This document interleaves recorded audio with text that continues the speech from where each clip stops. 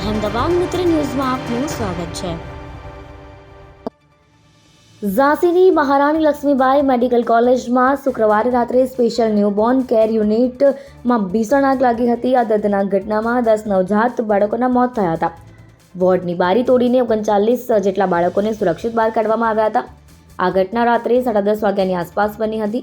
Oxygen કોન્સન્ટ્રેટરમાં સ્પાર્કિંગને કારણે આગ ફાટી નીકળી અને ત્યારબાદ વિસ્ફોટ થયો। આ પછી આગ આખા વોર્ડમાં ફેલાઈ ગઈ। માહિતી મળતા જ ફાયર બ્રિગેડની 6 ગાડીઓ આવી પહોંચી હતી અને 2 કલાકમાં આગ પર કાબૂ મેળવ્યો હતો। અહીં સરકારી મેડિકલ કોલેજમાં થયેલા અકસ્માત બાદ સીએમ યોગીએ ઉચ્ચ સ્તરીય બેઠક યોજી હતી।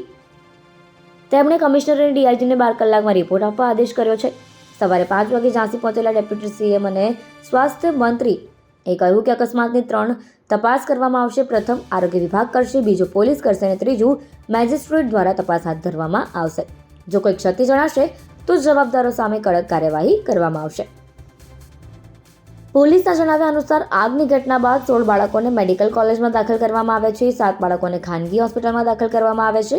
આ ઘટના રાત્રે 10:30 વાગ્યાની આસપાસ બની હતી। ઓક્સિજન કોન્સન્ટ્રેટરમાં સ્પાર્કિંગના કારણે આગ ભભૂકી ઉઠી હતી।